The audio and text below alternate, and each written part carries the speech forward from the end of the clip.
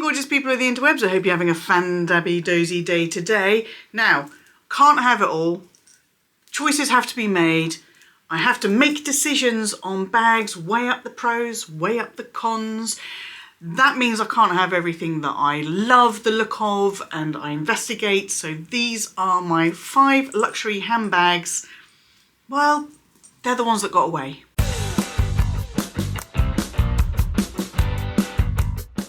It's true, I say it every time, I love luxury in all of its glorious forms, but I have to pick and choose my luxury. I can't have everything. I do not have an endless pot of cash sitting there waiting for me to just pick the next thing and throw my money at it. I have to make very conscious decisions about what I'm going to go for, why I'm going to go for it, and what else has to be pushed out of the way in order to make that happen. On that basis, there are many bags that got away, but these 5 are the ones that really haunt me. These are the ones that really... Why? These are the ones that cut me deep. They cut me deep and I think about them still. The first luxury handbag that got away, and this one, I do think of this one a lot because it was so much fun. It was part of the stickers collection by Anya Hindmarch. I think it's Hindmarch or Hindmarch. I believe it's Hindmarch. So she's got quite a range from very grown-up, very sophisticated designs to kind of weird and wonderful. And I obviously gravitate more to the weird and wonderful. So she did a collection that was called the Stickers Collection. And wow, I thought it was fun. It just had all of these the images were kind of debossed into the leather and then painted over the top. So they did look like puffy stickers on the leather. Absolutely loved it. One of my favourite details on there was a little exclamation that said, "Bags have feelings too." And that really, really tickled me. It really tickled me. There were a couple of things that put me off getting the bag when I first saw it. I was really drawn to the white, the sort of the chalk white colour version, and I was terrified of going for a white bag. And the second thing was I just couldn't afford it at the time. I just could not afford to put that much money into what was quite a silly bag. Now, if I saw that bag now, I've moved on. I've accepted that I like silly things, and I've accepted that I will actually use those silly things in expensive handbags and what have you. I don't need to have a collection that is all sober and sophisticated and neutral colours and things like that, because those would be the bags that actually I wouldn't use, and I would want to gravitate and I would want to use the fun bags. Fun bags, Winnie. Now, I did happen across this bag again at Bicester Village when I was there with my mum a few years back. And I didn't buy it then because the only one they had in the store, a lot of the paint had rubbed off. There was a lot of, it wasn't the best condition. So although it was a great price, I really didn't like that the images had already started rubbing off. The paint had already started rubbing off. So I didn't go for it, but I do think about it. I think about that bag a lot. I'm sorry, did you say you're new to my channel? Well then, hello, I am Gwenny, and I love luxury in all of its glorious forms. And if you love luxury in all of its glorious forms, then get down there, hit subscribe and ring my bell so you don't miss out on any of my luxury-based shenanigans. Show the videos you enjoy the thumbs up love, and don't forget to follow me on Instagram. The second luxury handbag that got away is the Louis Vuitton trunk clutch. This is one of those bags that I thought Louis Vuitton would have forever. I thought it was part of core collection. I thought it was tied in with the Petite Malle in terms of it being the squishy sister of the Petite Malle. Squishy sister. Sounds like a band name, doesn't it? And that it would always be available. Fast forward to the point where I'm thinking, do you know what? I am just about ready to pull the trigger on that one, and gone, discontinued. That's not to say I was already 100% in for that bag, because I thought the buckle would cause me a few faffy issues, and you know I don't like a faffy entrance to a handbag. It puts me off, and I did worry about the buckle, but I was getting to the point where I was thinking, do you know what? I will live with that. This bag has been living in my mind for so long now that I probably should just go for it and get it. The third luxury handbag that got away is also Louis Vuitton, but it It isn't a bag that has been around for a long time and then suddenly just disappeared from the website. It's not a bag that has been around forever. It is not a classic Louis Vuitton style. It is the Pochette Coussin, and I know they're still around, but bear with me. It's the Pochette Coussin from the very first Coussin collection, and it is the turquoise and yellow. Now that bag was on a very, very short list of I must see this in person list. We arranged an appointment at Louis Vuitton with my client advisor, and we were on our way there, and I think I got a text message or something like that, or found out when we got there that my client advisor was actually off sick that day and they hadn't arranged for anyone else to take the time slot. So we got there and they were like, it's like a 45-minute wait, we haven't got anyone here to look after you. So we had a lunch date with our besties and we were working our way down to that lunch date, and we arranged the Louis Vuitton appointment to be close to the lunch date because they were really close together in terms of location, and we had it all worked out.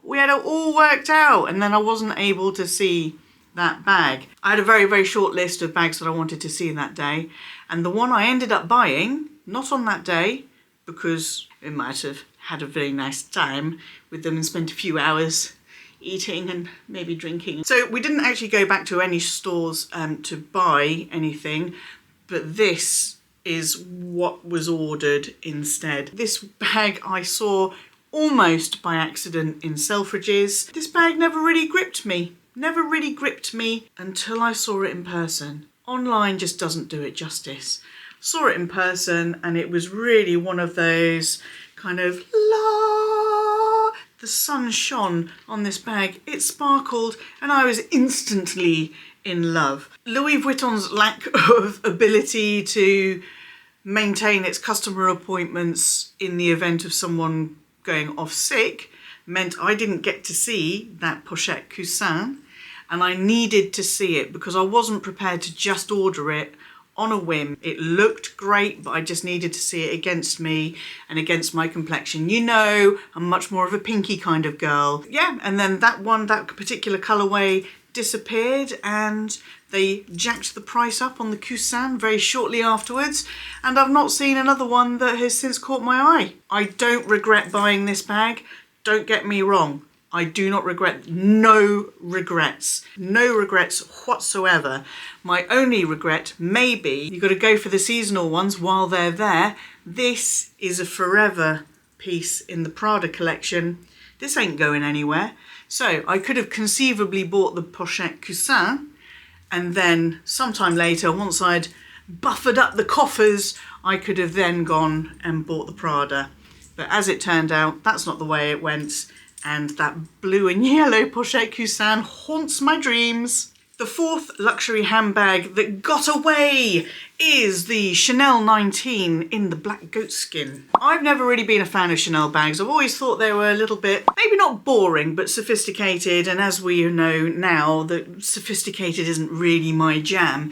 So I was never really drawn to Chanel. And then I saw the Chanel 19 plastered over social media and I thought, oh, hello, you're different. And I really liked it. It was really cool.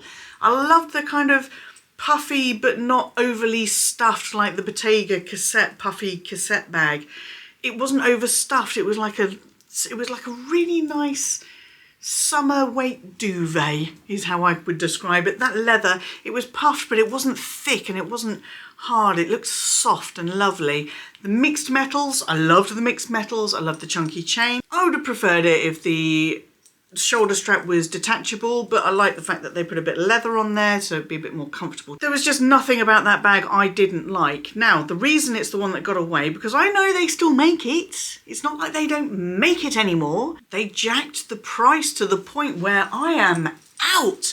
I can't justify that amount of money for a Chanel handbag. I wasn't in a position to buy it when it was launched, but that is when I should have bought it. I should have bought it when it was launched, before it slipped into the Classics collection or the Classics family within Chanel, and they started jacking the price up. I do still like the black. I like it in the small size, but I think maybe now if I was in a position to buy it and I didn't balk, at the price tag, then I probably would go for a different colour. And the fifth and final luxury handbag that got away, and you're going to laugh at this one, it predates any of my Fendi fever. It predates all of that, but it is Fendi. It is the Fendi Nano Baguette in the green nylon with the big chunky lilac strap and then the little cross-chain crossbody strap. As seen on the mighty Cassie Thorpe, who I am pretty certain she is my spirit animal. I found it available on the Fendi website.